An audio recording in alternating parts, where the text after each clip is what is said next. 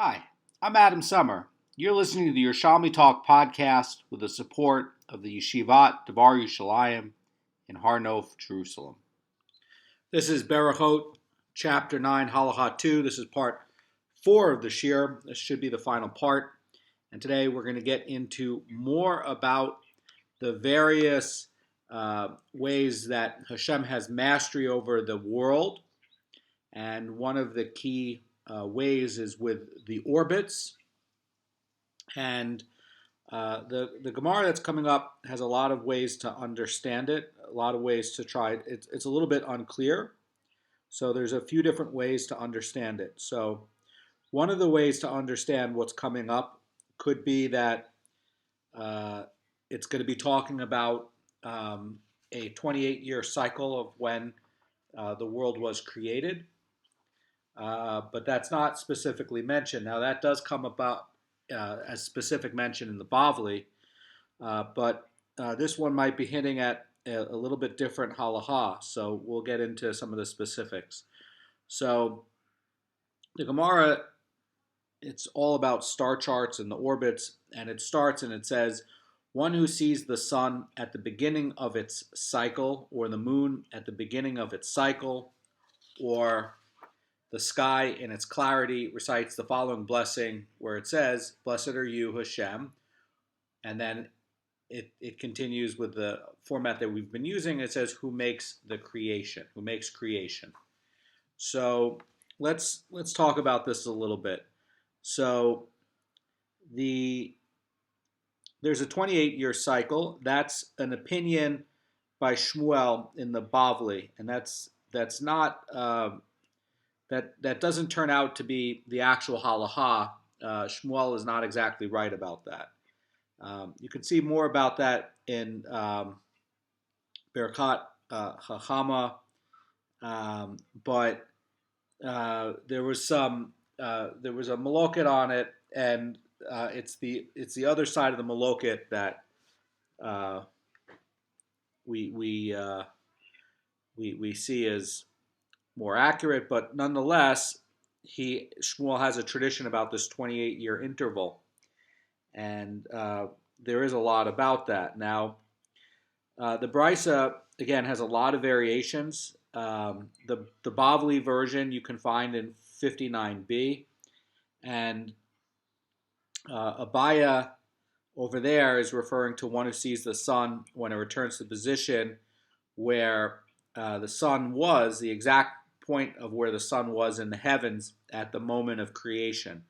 Now, this is going to be where the moon is exactly where it was in the point of creation, where the earth was in space at where it was in creation, and where the sun is as well. And we know that, yes, the sun does go in a cycle every year, and you could look at the sun today and look at the sun a year from now, and it'll be back where it is. But this blessing, which is Birkat Hachama, is pronounced when the return takes place on the day and the hour of the sun's creation. Okay, and again, it's where the sun, the earth, and the moon are in the right position, and this occurs once every 28 years or thereabout.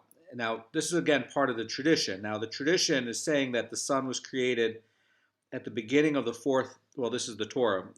I mean, it's saying that sun was beginning at the fourth day of the week. That's Tuesday evening.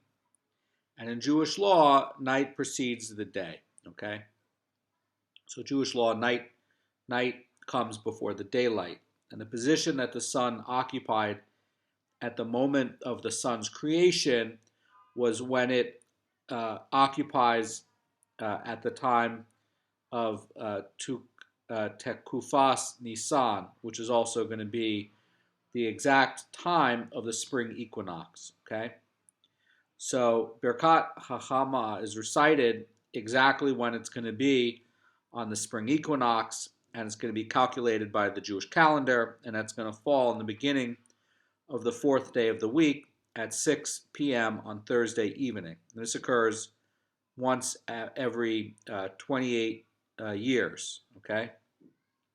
Now, the spring equinox is the first of the four cycles. We know that there's solstices and equinoxes, and there's one in the fall, one in the winter, and one in the spring. Now, the one that comes in Nisan, which is the spring equinox, represents the moment when the sun's path will cross the equator and night and day are equal length. Okay, so exactly on the equinox, whether it's going to be fall or spring, we're going to have a 12-hour day.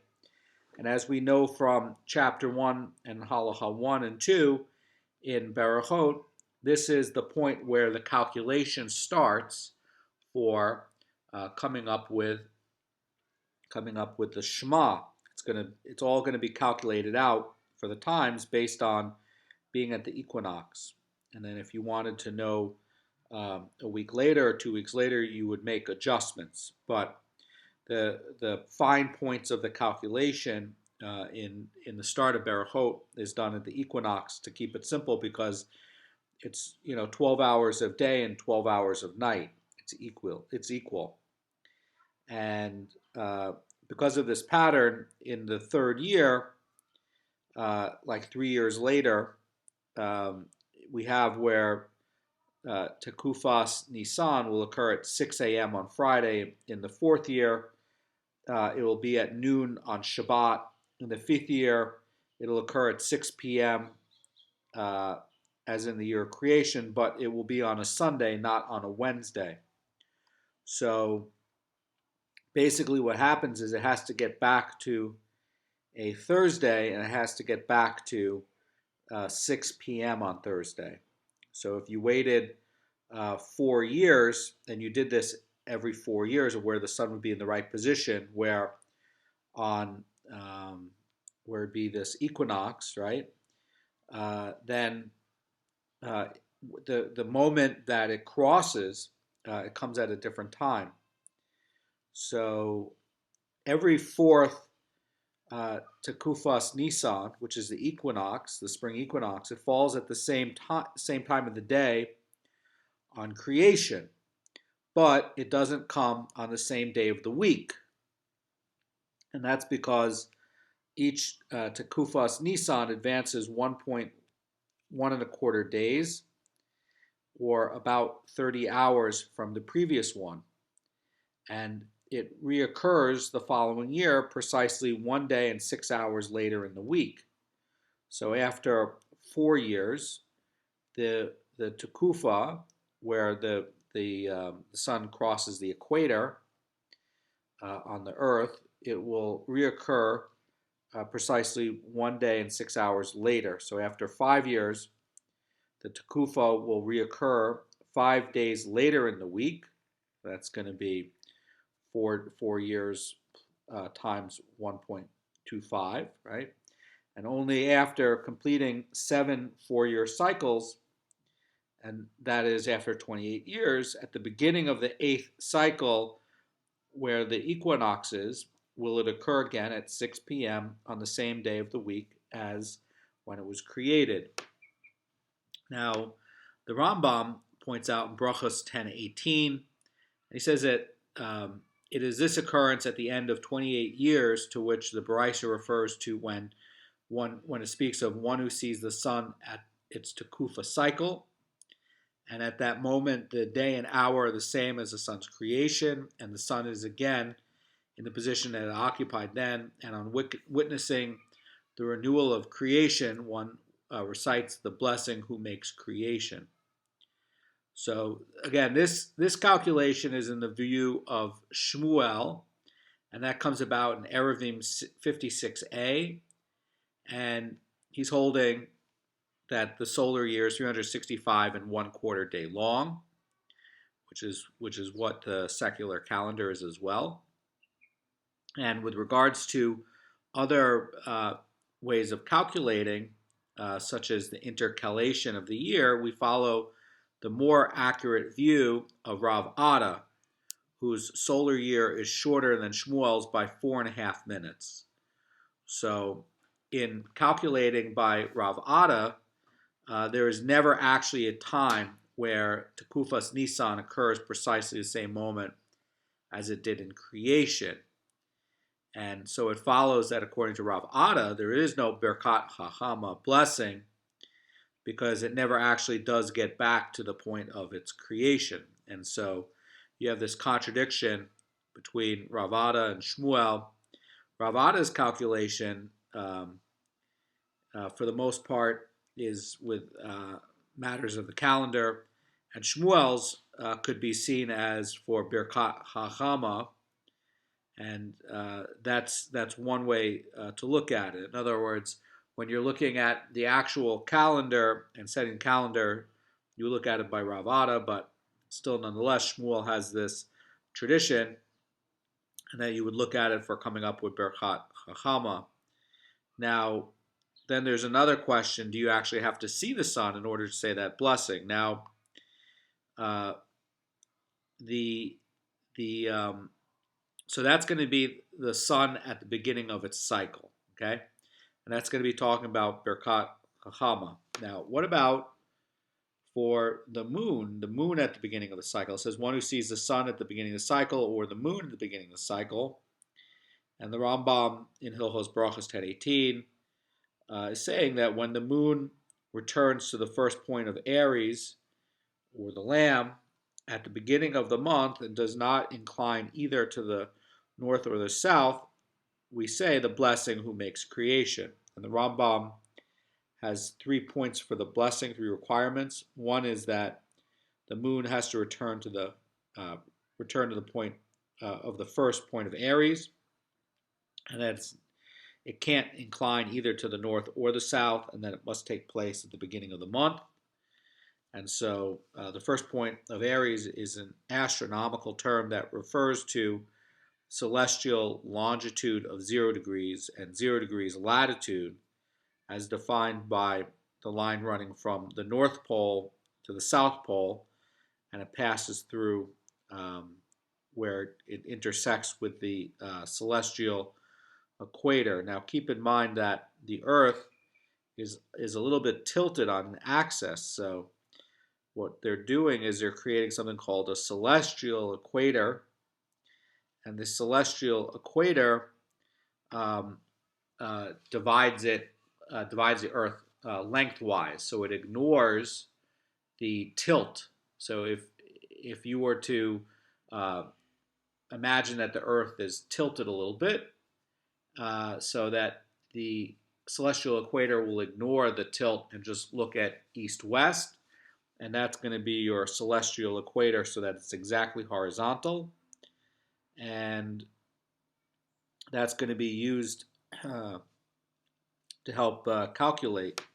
And in the earlier times, the leading edge of the constellation of Aries was located at this point where it would be 0 degrees with celestial longitude and 0 degrees with this celestial equator at 0 degrees, and the sun's path through this celestial sphere, as marked by where you'd have these celestial spheres on the outside, and then the stars located along this point would be the zodiac, and the celestial equator. This is this east-west line that's drawn around the Earth. Even though it's tilted, it stays. This new line is created, and it's the plane of the Earth's equator extended to the celestial sphere, and the plane of the elliptic, which is going to be where the actual equator would be, because the Earth is tilted, would be 23.4 degrees. And then this will intersect at 2 points where it intersects at this North Pole to South Pole and this celestial equator. And the intersection of these 2 points is going to be marked by where Aries is on the spring equinox. And on this intersection will be on the fall equinox, it'll be the Libra. So Libra is what you're going to see in the sky at that point in that location at 0 degrees and 0 degrees. Now, the moon is in the orbit of the Earth, and that happens every 27.33 days, and it returns back to this first point of Aries, where it goes back to the celestial longitude of 0 degrees. It's every 27.33 days. The length of the average month is going to be a little bit different because we have to look at the time that the moon takes to complete one full orbit around the Earth. And with respect to the background stars, the time will be a little bit shorter than the 29 and a half day lunar month because, again, we're looking at the time from the new moon to the new moon. And so when does it get back to this point where it's at 0 degrees and 0 degrees for the moon? That'll be at 27 and a third days. But the actual time that it takes to start with the new moon to the new moon, that's going to be 29 and a half days. Keep in mind that the moon has a phase where you don't see the moon for a couple of days, and that's why there's a difference. This 2 days, basically, you didn't complete the cycle because you can't see the moon for about about 2 days. So that's going to be the difference to make up the difference between 27.33 days and 29 and a half days.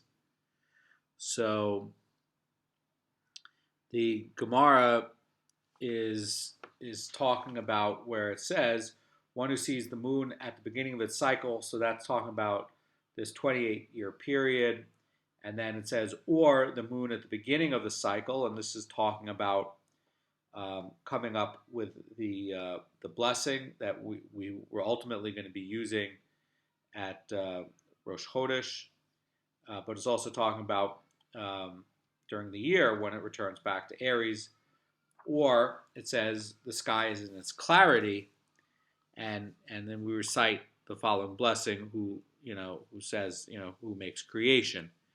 Now, what is this third part about, where it says that sky is in its clarity? So when you see this is when you're seeing a sky that's completely clear, without any clouds in the sky, and this is also going to be where it's going to be something to do with the rainy season. Now, in the dry season, the sky in Israel doesn't have any clouds in it for months at a time.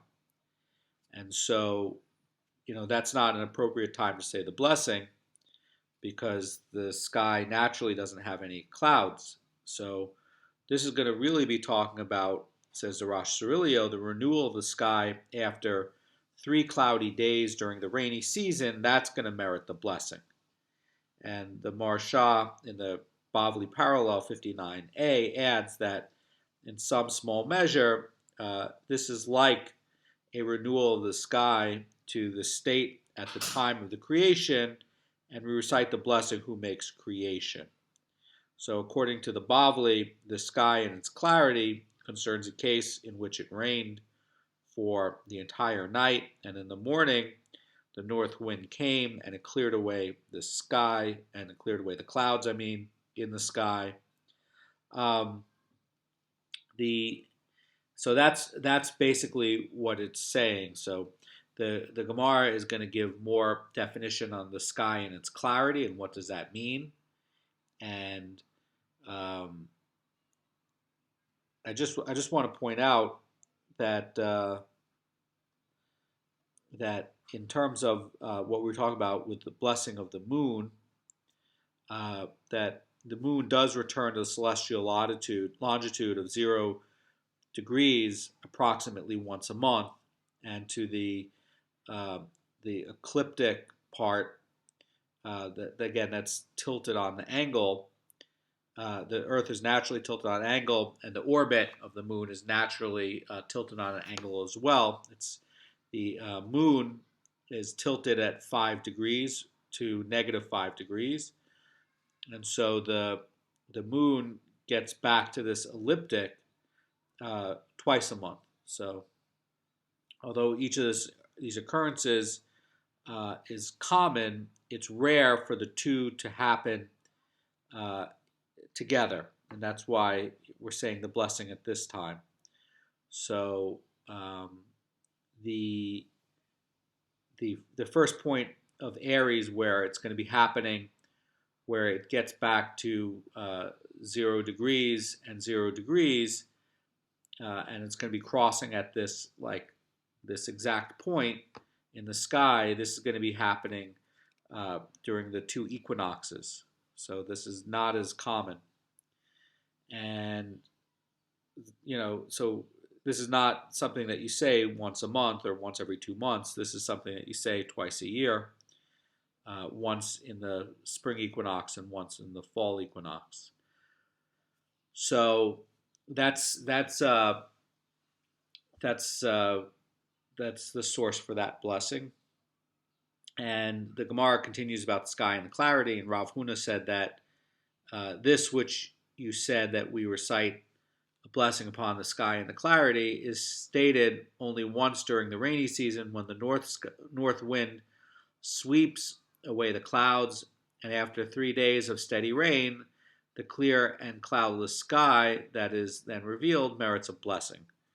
So again, this is not talking about the dry season. This is talking about the rainy season, and this is after it's been raining, and the north wind comes and clears away the clouds, and then you see the sky, and that's when you're going to see it. So after 3 days of steady rain, and then the clouds are blown away, that's when you're going to say this blessing, because it's returning the sky back to its original form. So there's a lot of commentators on this brisa, and this is a little bit hard to understand. One way to read it is that Rav Huna's statement represents a dispute between the Bavli and the Yerushalmi, and according to the Bavli, the brisa's ruling regarding the sun going back to this 28-year cycle, that's what this is going to be about. And according to the Yerushalmi, brisa doesn't say anything about a 28-year cycle. So according to the Yerushalmi, there's no source for this blessing, and this actually is going to be paralleled for what the Yerushalmi is saying in the Midrash Rabbah and Vayikra Rabbah 23:8, which explicitly applies the ruling of Rav Huna to the blessing of the sun and the moon, and that's one understanding. Now Abaya's statement in the Baraisa regarding this 28-year cycle in the Bavli, there's not a source according to Abaya's statement to recite a blessing when the sun returns to the original position after 28 years. And because of the possibility that the Bavli too does not recite this blessing, so again, Abaya's position is that there is no 28-year cycle, although Shmuel's position was. Some rule that the blessing should be recited for Birkat Hachama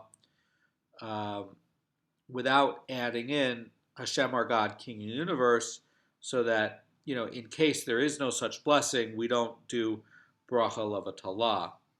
Some other people do maintain, though, that the blessing of Birkat Hachama is recited each year at the beginning of Tekufas Tammuz in the summer solstice. So that's another one where the sun is at its point and it's at its greatest strength. So that's another interpretation. So the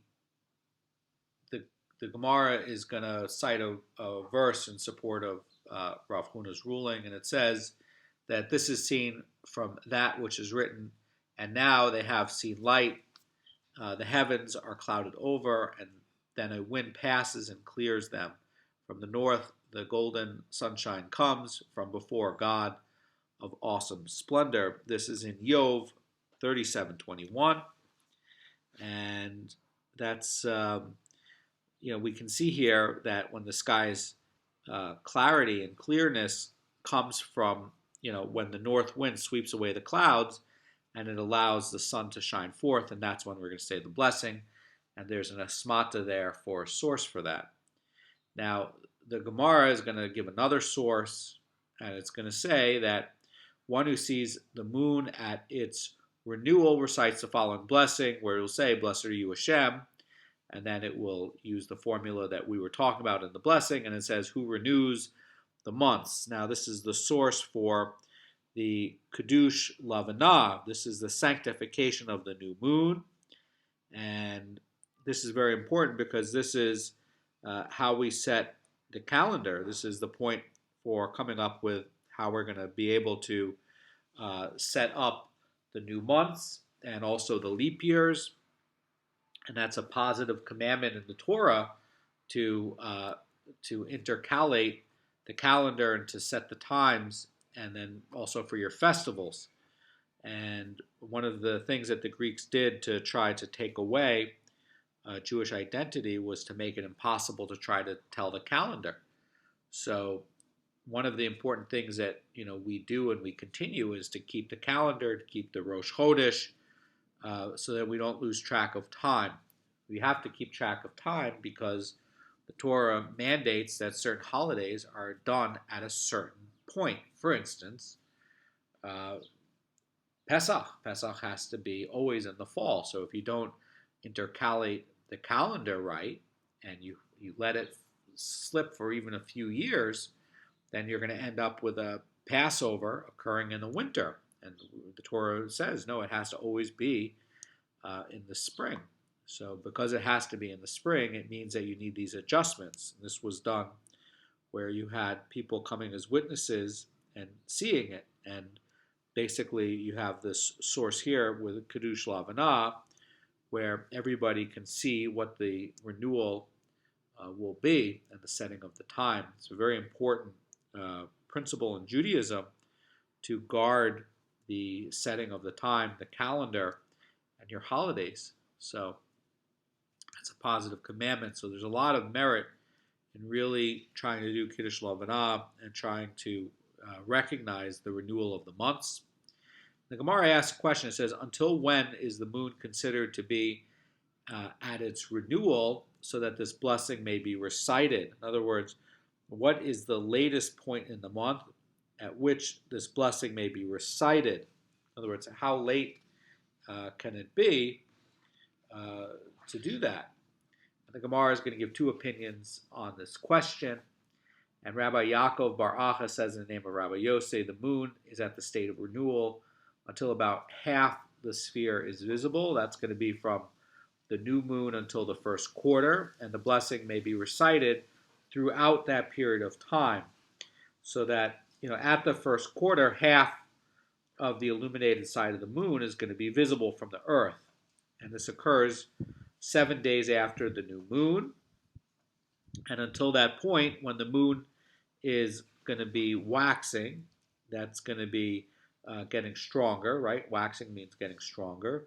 That the moon is going to be at the time of renewal, and therefore the blessing may be recited. But after that point, it is no longer regarded as a new moon. So when it starts to wane, and the cycle has now gone to the other side and now is shrinking, it's no longer considered to be a new moon. So that's also another point, that sometimes you'll go out on Shabbat, at the end of Shabbat, Motzei Shabbos, with a minyan to go try to find the moon, to say the blessing on the moon, and sometimes it's too cloudy, sometimes you can't see it. So you have to wait until the next day. So again, you have until the until the exact middle of this cycle in order to say the bracha. when I say the middle, I'm saying until half of the sphere is visible. So that's going to be the first quarter. That's going to be sometime from when the moon can first be seen until about 7 days later. Now there's another view.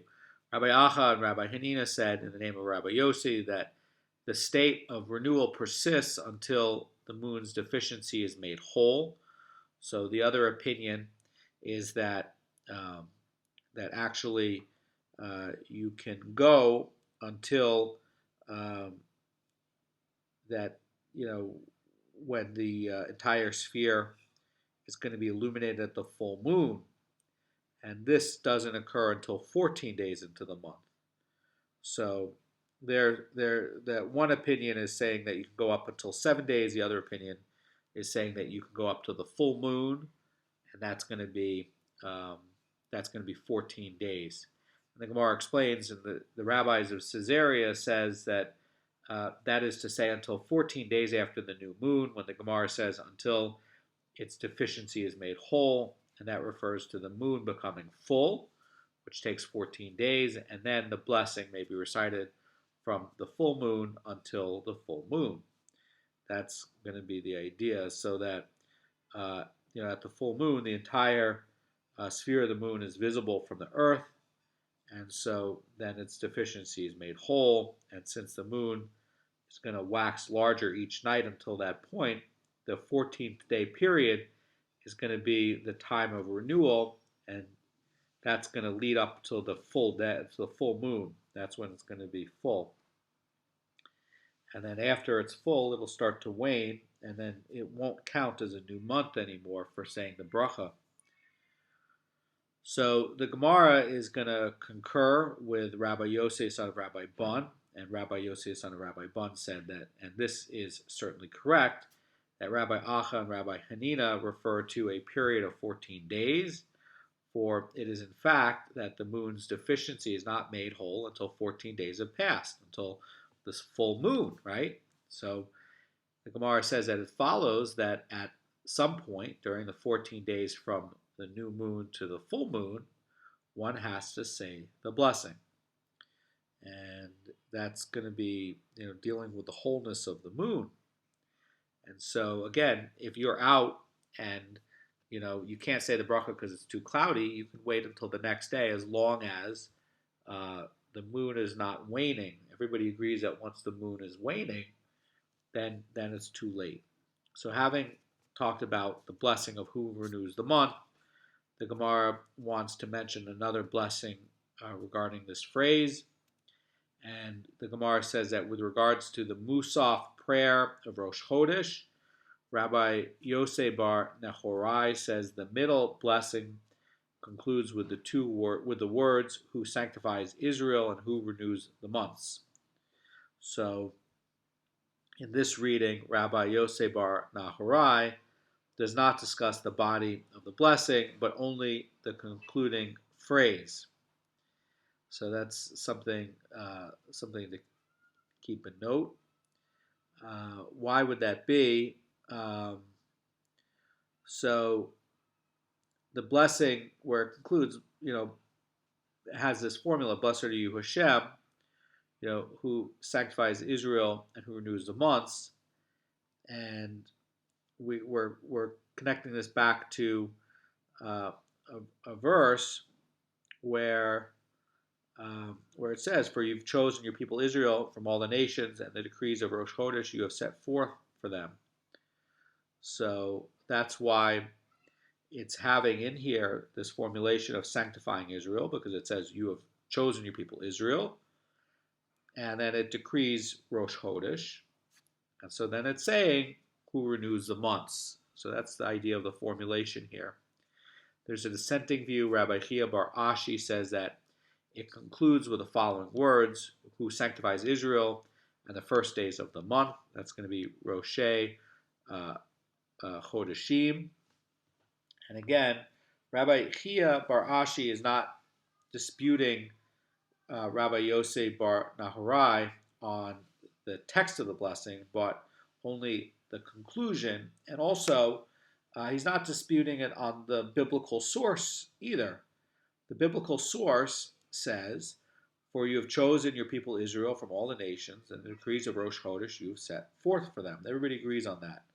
So that's why in there you're having an idea about sanctifying Israel. Everybody agrees about that part. And instead of saying who renews the months, like the formulation of by Rabbi Yosef bar Nahorai, Rabbi Chia bar Ashi is saying, and the first days of the month. So that's the idea. But in other words, that everybody's agreeing about the renewal, everybody agrees about the source, and everybody agrees about the sanctification of Israel. And with this sanctification of Israel, there has to be a articulation of the time, because we need the time in order to set the calendar. We can't set the calendar, we can't get the holidays right. How do you get Rosh Hashanah right? How do you get Passover right? So it's very important. You lose your identity and the ability to follow the Torah if you lose track of time. And that's part of the blessing of what Hashem gave us. Hashem gave us a blessing and differentiation from us to all the other nations, and part of that is to keep track of time. And so the Gemara now is going to talk about two more rulings regarding the Musaf prayer in Rosh Chodesh. And Shmuel said one must recite the prayer, bestow upon us, just as one does in Musaf prayer of a festival. And according to Shmuel, we recite the same prayer in Musaf or Rosh Chodesh, as well as during the pilgrimage festivals, namely in Pesach, and that's going to be the idea for that. In other words, in practice, we do not recite the blessing bestow upon us on Rosh Chodesh, but that's nonetheless what Shmuel says. So Shmuel says one must recite the prayer bestow upon us just as one does in the Musaf prayer of the festival. And Rav said that one must mention the season in the Musaf prayer of Rosh Chodesh. And again, this is referring to this phrase of who sanctifies Israel and the festival seasons, which concludes with the festival blessing of bestow upon us. Rav is holding that the middle blessing of the Rosh Chodesh Musaf prayer, like that in the festival Musaf prayer, also ends with this phrase, and that the term and the seasons is usually reserved for a festival. It's going to be recited on Rosh Chodesh as well.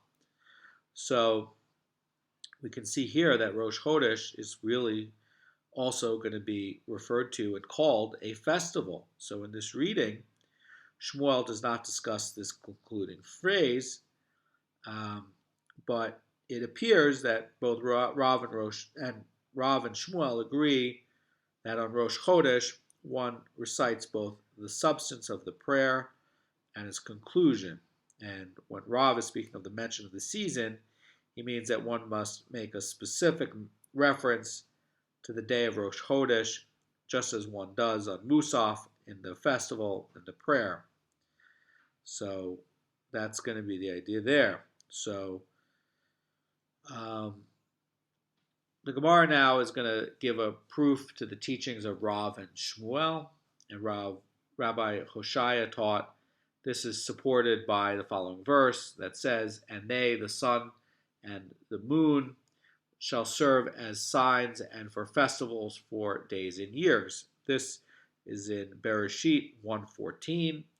In other words, embedded in the creation, right in the very beginning of the Torah, is going to be that you have the sun and the moon as a sign for calculating the seasons, and that's the responsibility of the Jews. And the Gemara now is going to talk about a dispute on another blessing. And so now we're changing topics to another blessing. And it says, one who passes among graves, what blessing does he recite? And it says, "Blessed are you, Hashem," with that formula that we talked about, "who resuscitates the dead." In other words, we are required to believe that there is resurrection of the dead. The Bavli version in 58b is going to have the ruling a little bit differently, where it says if one sees graves, but here it's saying if one passes among the graves. And this implies in the Bavli version that the blessing is going to be recited even if you're not standing among the graves. But this Gemara here is talking about somebody who's actually passing among the graves. So that implies that merely seeing the graves from afar does not require the blessing. So there's a little bit of difference here. And there's going to be another opinion about it. Rabbi Chia, in the name of Rabbi Yochanan, says the following. It says, "Blessed are you, Hashem," with that formula we talked about. And then it says, "Who is trusted in his word and resurrects the dead." In other words, he promises that he's going to resurrect the dead. And there's numerous scriptural references to the promise of the resurrection of the dead. You can see that in the Bavli and Sanhedrin 90b and 90a. So God always keeps his word, and so even if it hasn't happened yet, it will happen. And the Gemara is now going to talk about another version of the ruling.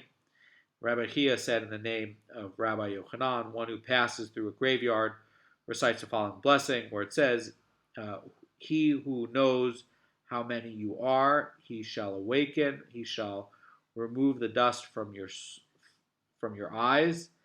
And it says, "Blessed are you, Hashem, who resurrects the dead." So when a person dies and is buried, we cover his face and his eyes with a small amount of earth. And some put earth only into the eyes because the resurrection of the dead is going to be described as removing the dust from the eyes. That's the source for it. So, in fact, Hashem does create, sustain people, and it comes through the attribute of mercy as well as the attribute of justice. So that's going to be the idea. But what about idol worshippers? What about resurrection of the dead? The idol worshippers. Now, God's decrees are always fair and just, and a person may be dead today, but he'll be resurrected later. And God knows all of somebody's deeds, and there's divine reward and punishment, measure for measure, accordingly. So the Gemara qualifies this ruling and says, that which you have stated regarding the blessing upon passing among the graves was stated regarding the dead Jews of Israel. But in the case of one who passes among the dead of idol worshippers, he recites the following verse where it says, "Your mother is greatly shamed. The one who bore you is disgraced." This is in Jeremiah 50:12. And this verse is part of a prophecy talking about the doom of the Babylonians. And it's also Babylonians and the Chaldeans are one and the same. And the verse is stating that with the destruction that's going to come from the motherland of Babel, there will be great shame. And we appropriate the blessing of the verse to make fun of idol worshippers, and that these mothers nursed them, so to speak, with a sinful existence for their children. They nursed them on the milk of idol worship, and so they should be ashamed. And we know that they'll be punished and they will go into nothingness. They're not part of the divine plan for fixing the world. The Jewish people, when they're observing, are part of the divine plan to fix the world and restore it back to its original state. But the idol worshippers only create kilkul, which is damage, and so they're not going to have resurrection of the dead. So the Gemara now is going to talk about another thing, talking about God's mastery. That's going to be where you see a rainbow.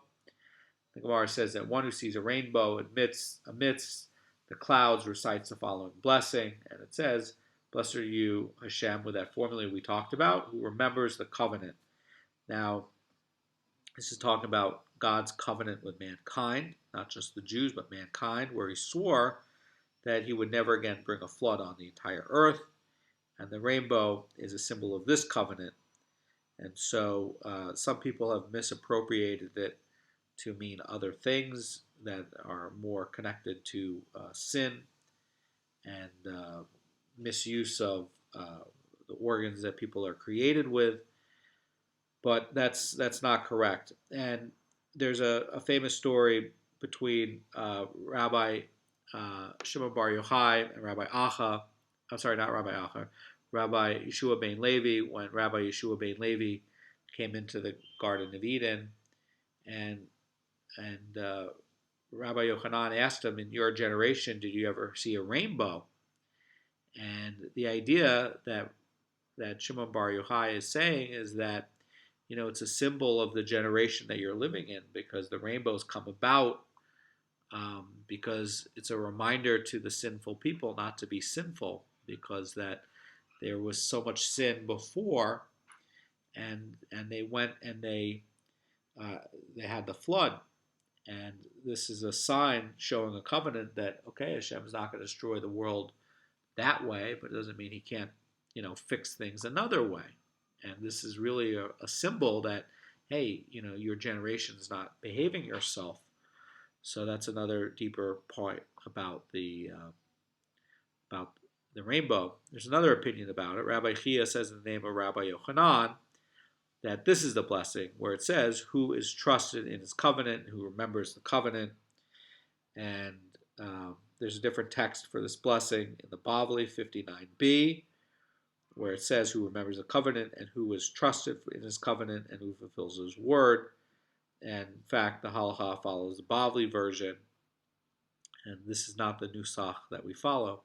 The Gemara records a statement regarding an era in which the rainbow never appeared, and Rabbi Hiskiah said in the name of Rabbi Yirmiyah, throughout the days of Rabbi Shimon Bar Yochai, a rainbow, which is a sign of God's anger because of the sin of the people in that generation, never appeared amongst the clouds. In other words, His righteousness shielded the generation so that throughout His life, Hashem did not need to bring about the rainbow. And Rabbi Hiskiah said in the name of Rabbi Yirmiyah, so did Rabbi Shimon ben Yochai say on one occasion, "Valley, valley, become filled with gold in Aram," and the valley became filled with gold in Aram.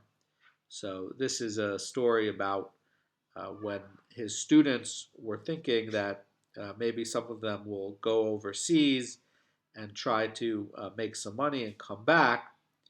And he said, "Why do you need to do that? Like the valley itself, with my prayer, will bring forth gold coins," and it did. And he invited him to take the coins. He invited the students to take the coins as much as they wanted, but warned them that whenever they took now would diminish their reward in the world to come. And once the students heard that, they took nothing. They left the gold coins alone. There's a second teaching about it. Rabbi Hiskiah said in the name of Rabbi Yirmiyah, so did Rabbi Shimon ben Yochai say, "I have seen the people of the world to come, and they are few. And if they number 30, I and my son Elazar are among them. And if they number 2, I and my son Elazar are they." So why is it talking about 30 here? So this is a little bit hard to understand. We see in a Mishnah that all of Israel is a portion of the world to come. That's going to be in Sanhedrin, in Bavli 90a. And this looks like it contradicts what Shimon Bar Yochai is saying, that there's going to be very few. Presumably, Shimon Bar Yochai is talking about those who've attained the most high levels of closeness to Hashem and understanding and holiness, and their experience in the world to come is going to be a different quality than regular people.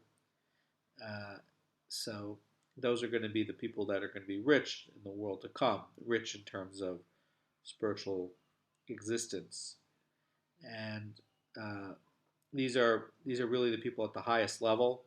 Shimon Bar Yochai said that if there are 1,000 such people, or 100, or even 2, he and his son Elazar are among them.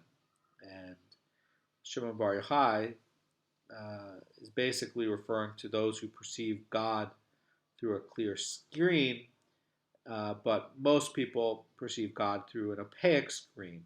So that's the level of what the 36 hidden tzaddikim are able to do. They're able to see God with a higher level of clarity than regular people, and they're able to see the creation that way and experience the creation that way in this world with a much higher level of clarity. That's really what we should all ascribe to, and that's the hidden point in the second sukkah in the Yerushalmi, in the parallel with Shimon Bar Yochai in the Bavli, talking about the 36 hidden tzaddikim.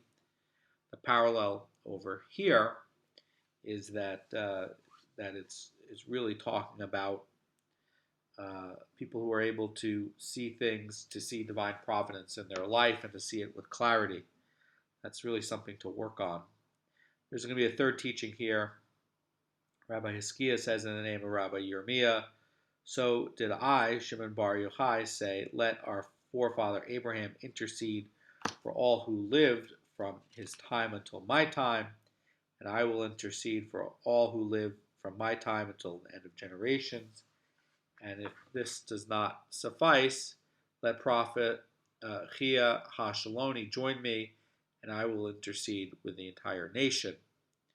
So this is a bit abstract, and you can see hints of things that are going to be borrowed from another religion.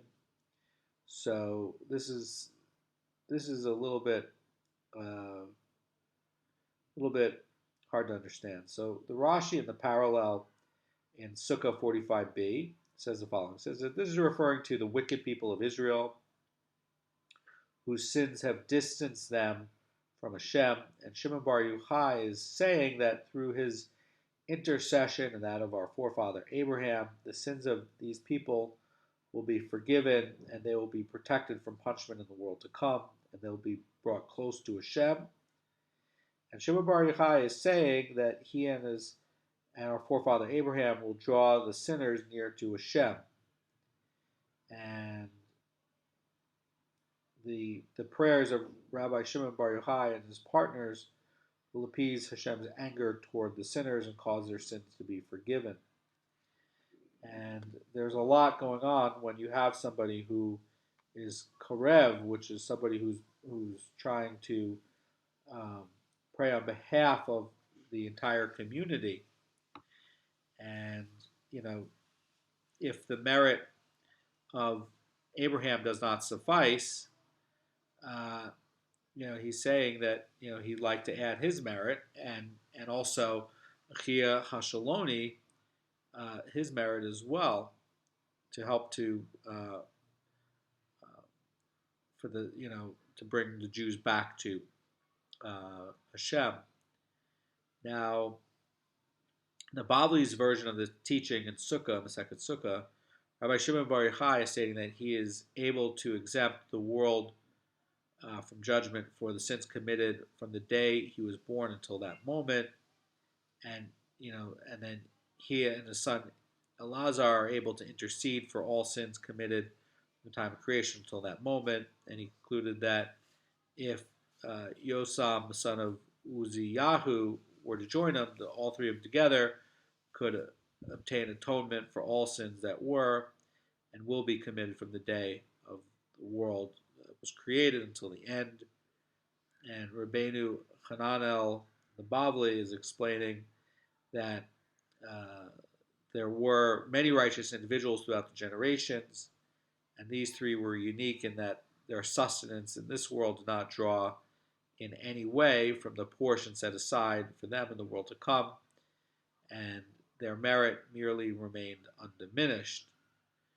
So that this teaching is connected to an earlier one with regards to the valley being filled with coins, which the valley being filled with coins in the pursuit of money is dealing with a diminishment of one's heavenly reward through the enjoyment of earthly pleasures. And others are explaining that Shimon Bar Yochai and his son arrived at their exalted level through terrible privations that they suffered during the years they spent living in a cave when they were hiding from the Romans. Because of their sufferings, they were, not as a result. They were not as a result of sin, but they were able to employ these sufferings in the service of the sinners of Hashem, sinners of Israel. So that's a very deep idea, and a lot of this concept is taken by another religion and misused. Um, it's hard to understand exactly how the mechanism of this would work, um, because we also have where no man can, uh, the Torah itself is saying that no man can pay for another person's sins. So this is high level stuff that is hard to understand, and it's best to talk to um, Torah scholar about the exact mechanism of it, so that there's no contradiction um, with what the text says. So there's something deeper here happening. Anyway, the material is very dense, and we're going to continue. We'll finish up with this tomorrow, and we'll do another shear to finish up Halacha 2. But again, all of this is talking about the Shem's control over the world, mastery over the world, and it's talking about closeness to Hashem. These prayers are here to have closeness to Hashem, and it's very important to follow the halacha on these prayers, because this is part of the service. This is getting you to see the world in the right way, which is that Hashem is continuously creating the world and continuously has mastery over the world. That's why it's so important to study the details of halacha, so that you can go through your life and see the world in this way, so you're taking away this opacity from you being able to see Hashem running the world. That's the idea here. Have a great day.